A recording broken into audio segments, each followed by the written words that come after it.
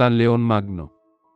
Nacido en la Toscana, en el año 390 y fallecido en Roma, el 10 de noviembre del año 461, Papa número 45 de la Iglesia Católica, de feliz memoria, desde el año 440 hasta el año 461.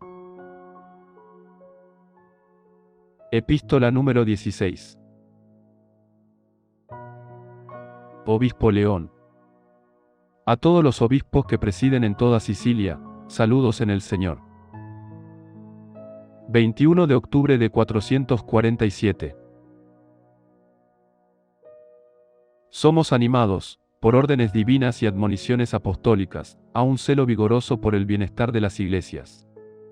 Y cuando se descubre algo censurable en cualquier lugar, nos incitamos a recordar a los hombres, mediante una rápida muestra de preocupación, las faltas debidas a la ignorancia, o las prácticas ilícitamente dadas por sentadas.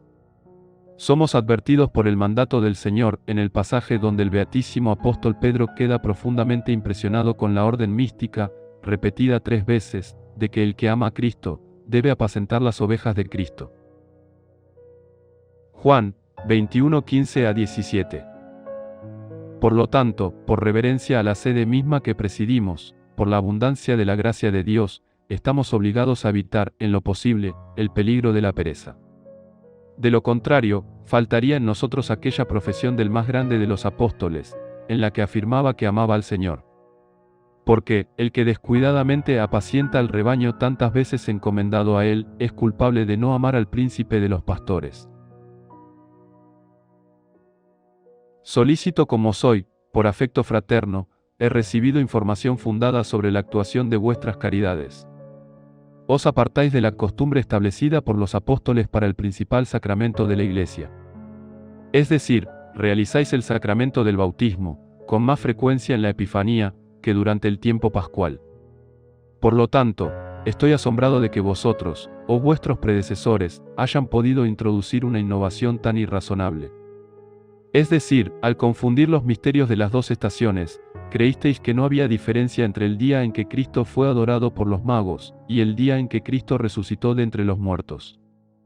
En modo alguno podríais haber caído en este error, si os basaseis en todas vuestras observancias, en la misma fuente de la que se deriva vuestro oficio consagrado, y si la sede del bienaventurado apóstol Pedro, que es la madre de vuestra dignidad sacerdotal, fuera también vuestro maestro en el procedimiento eclesiástico. Que os apartarais de sus normas podría soportarse aún con menos tranquilidad, si hubierais recibido alguna reprimenda previa nuestra, como advertencia. Ahora, sin embargo, dado que no desesperamos por la enmienda, debemos preservar la clemencia. Y aunque es poco soportable que los obispos ofrezcan como excusa la ignorancia, preferimos moderar la censura necesaria e instruiros con el razonamiento de la verdad más evidente. Es cierto que la redención del género humano permaneció siempre inmutablemente predeterminada en el plan eterno de Dios, pero el orden de los acontecimientos a desarrollarse en el tiempo, por medio de Jesucristo nuestro Señor, comenzó con la encarnación del Verbo. Por eso, hay un tiempo en que, al anuncio del ángel, la Santísima Virgen María creyó que iba a concebir del Espíritu Santo. Y concibió. Lucas 1:26. Es otro tiempo cuando, conservando su integridad virginal, da a luz un hijo, y esto es declarado a los pastores, por el gozo exultante de los ministros celestiales. Lucas 2:7. Todavía es otro tiempo cuando el niño es circuncidado. Lucas 2:21. Otro, cuando se ofrece por él, la víctima requerida por la ley. Lucas 2:24. Otro, cuando los 3 reyes magos, guiados por el resplandor de una nueva estrella, llegan a Belén desde Oriente y veneran al niño adorable, ofreciéndole dones de importancia mística. Mateo 2:1-12. Y los días en que fue arrebatado al blasfemo Herodes, siendo trasladado por mandato divino a Egipto, no son los mismos días en que fue llamado a Galilea a la muerte de aquel perseguidor. Mateo 2:13-19. También se incluye entre estos eventos, que varían en el tiempo, el crecimiento de su cuerpo. El Señor crece, como testifica el evangelista, avanzando en edad y gracia. Lucas 2:52. durante el tiempo pascual, viene con sus padres al templo de Jerusalén. Al estar ausente del grupo que regresa, se le encuentra sentado con los ancianos y disertando en medio de maestros admirados. Al dar razón de su permanencia, dice: ¿Por qué me buscabais? ¿No sabíais que en los asuntos de mi Padre me es necesario estar? Lucas 2:49.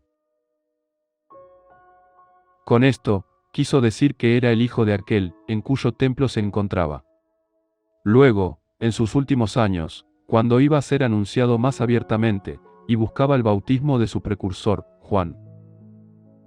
¿Qué duda quedaba acerca de la divinidad del Señor Jesucristo cuando, en su bautismo, el Espíritu Santo en forma de paloma descendió sobre él, y permaneció, mientras se oía la voz del Padre desde el cielo que decía: Tú eres mi Hijo amado, en ti estoy bien complacido?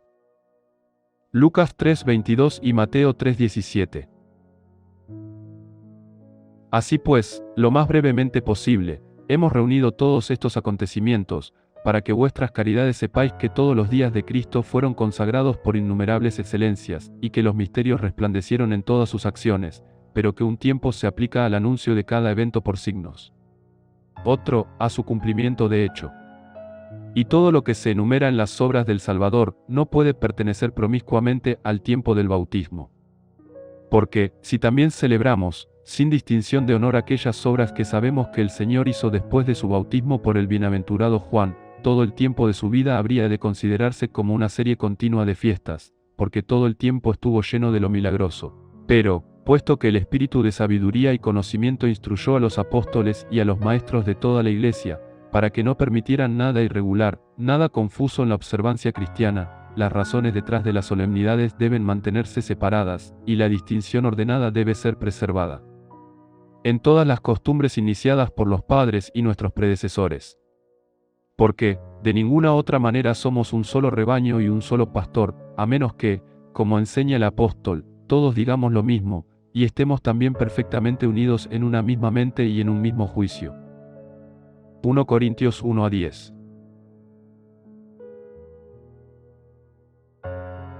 Si bien, pues, lo que pertenece a la bajeza de Cristo, y lo que pertenece a su gloria, confluyen en una misma persona, y aunque el poder divino y la debilidad humana que existen en él, tienden a obrar nuestra redención, es especialmente, en la muerte del crucificado, y en su resurrección de entre los muertos, que el poder del bautismo establece una nueva criatura a partir de la vieja. Es decir, tanto la muerte como la vida de Cristo operan en los que renacen, como dice el apóstol. ¿No sabéis que todos los que hemos sido bautizados en Cristo, hemos sido bautizados en su muerte? Porque somos sepultados con él, por medio del bautismo para muerte, a fin de que, como Cristo resucitó de los muertos por la gloria del Padre, así también nosotros andemos en vida nueva.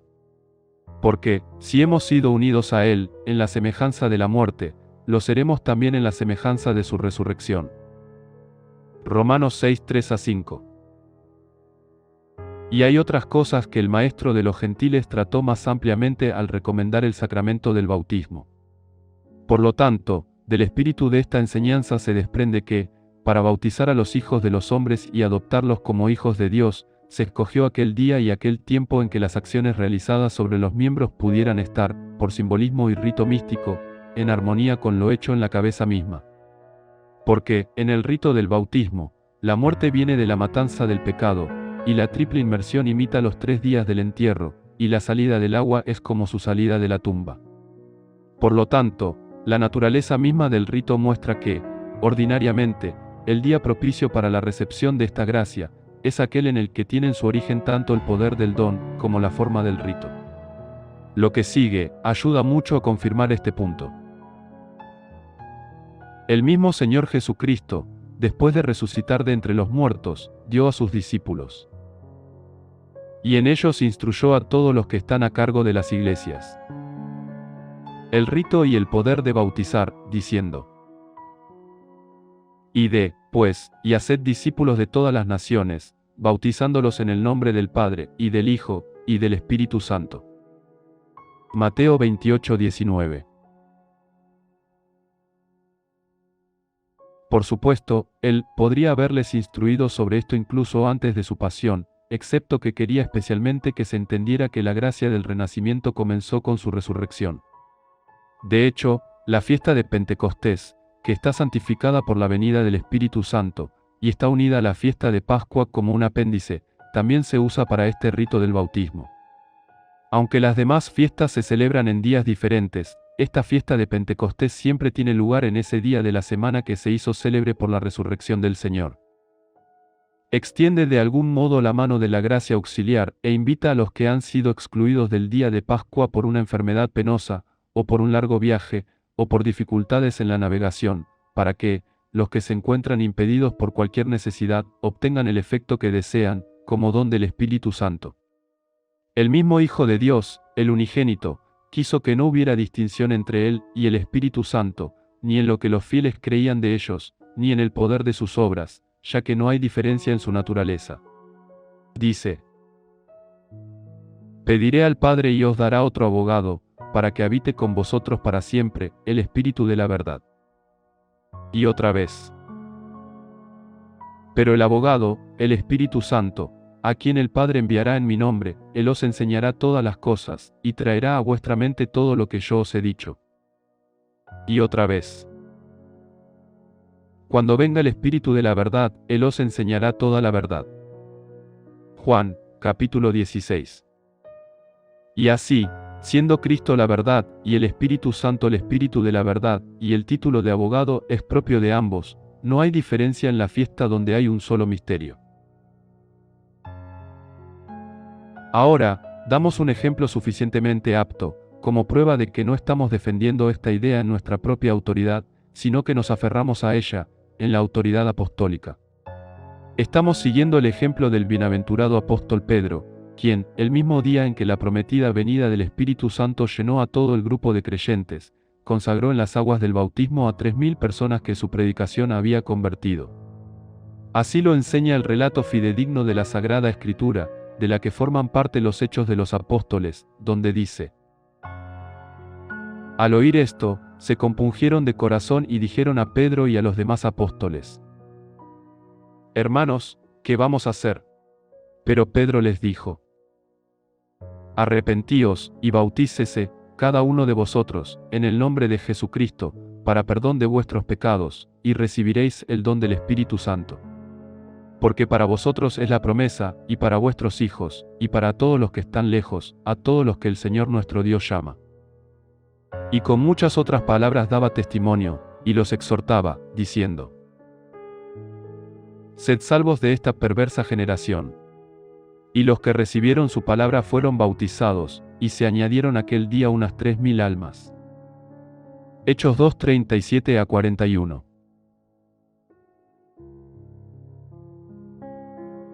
Por lo tanto, ya que es evidente que estos dos tiempos de los que hablamos son los adecuados para bautizar a los elegidos en la Iglesia, advertimos a vuestras caridades, que no agreguen otros días para esta observancia.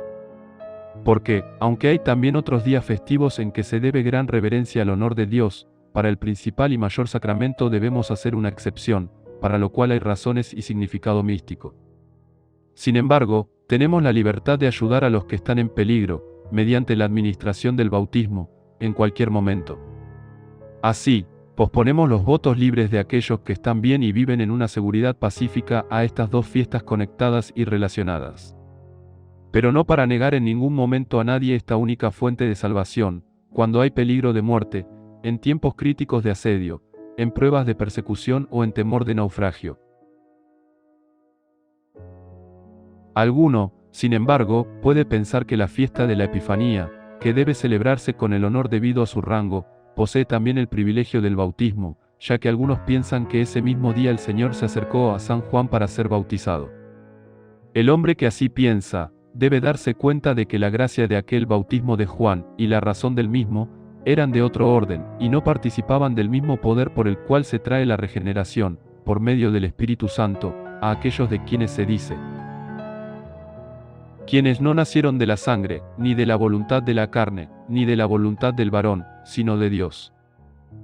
Juan 1:13. El Señor no necesitaba que le perdonaran ningún pecado, ni estaba buscando una forma de renacer. Simplemente deseaba ser bautizado. como deseaba ser circuncidado y que se le ofreciera una víctima como purificación por sí mismo. Lucas 2, 21 a 24. Para que el que había nacido de mujer, como dice el apóstol, estuviera también bajo la ley, la cual no había venido a abrogar, sino a cumplir y, al cumplirla, a consumarla. Mateo 3, 13 a 16. Gálatas 4, 5. Como proclama el bienaventurado apóstol, diciendo: porque Cristo es la consumación de la ley para justicia para todo aquel que cree. Romanos 10, 4. Mateo 5, 17. Cristo ideó el sacramento de su propio bautismo en sí mismo porque, en todas las cosas teniendo el primer lugar. Colosenses 1, 8. Mostró que Él mismo era la fuente de ello. Y ratificó el poder de la regeneración, en el momento en que brotó de su costado la sangre de la redención y el agua del bautismo. Juan 19, 34. Por tanto, así como el Antiguo Testamento fue testimonio del Nuevo y la ley fue dada por Moisés, la gracia y la verdad vinieron por Jesucristo. Juan 1, 17. Así como diversos sacrificios prefiguraron la única víctima y la matanza de muchos corderos terminó con la inmolación de aquel, de quien se dice: He aquí el Cordero de Dios, que quita el pecado del mundo. Juan 1, 29. Así también Juan, no Cristo sino su precursor, no el esposo, sino el amigo del esposo, fue así fiel y hombre que no buscaba lo suyo, sino las cosas de Cristo, que se declaró indigno de desatar las sandalias de los pies de Cristo. Mateo 3:11. Lucas 3:16. Porque él, ciertamente, bautizó con agua para penitencia, pero Cristo bautizaría en Espíritu Santo y fuego. Mateo 3:11. Cristo, que con su doble poder restauraría la vida y destruiría los pecados. En consecuencia, carísimos hermanos, por estas pruebas reales, tantas y de tanto peso, que disipan toda duda, veis claramente que solo dos tiempos, a saber, Pascua y Pentecostés, han de servir para bautizar a los elegidos. Y según el reglamento apostólico, deben ser investigados con exorcismo, santificados por el ayuno e instruidos por discursos frecuentes. Encomendamos a vuestras caridades, que en el futuro, no se desvíen en nada de las costumbres iniciadas por los apóstoles. En adelante, nadie puede ser excusado si cree que las normas apostólicas pueden ser descuidadas de alguna manera. Nuestra primera exigencia, por tanto, para la conservación de la más armoniosa unidad es esta. Ya que ha sido muy provechosamente ordenado por los santos padres que haya una reunión de obispos 2 veces al año, 3 de vosotros os reuniréis siempre sin demora en un consejo de nuestros hermanos en Roma, el 29 de septiembre. Porque con la ayuda de la gracia de Dios, se puede más fácilmente hacer provisión para que en las iglesias de Cristo no se inicien escándalos, ni herejías, ya que esta deliberación debe hacerse siempre en común en presencia del bienaventurado apóstol Pedro, para que todas sus decisiones y decretos canónicos puedan ser guardados, sin violación, por todos los obispos del Señor. Estas son las materias sobre las que, por inspiración del Señor, hemos creído necesario informaros. Queremos que nuestros hermanos y compañeros obispos Basilius y Pascasinus los traigan a su atención. Aprendamos de su informe con qué reverencia os adherís a las decisiones de la sede apostólica, entregada el 21 de octubre, en el consulado de los ilustres Calepius y Ardaburis.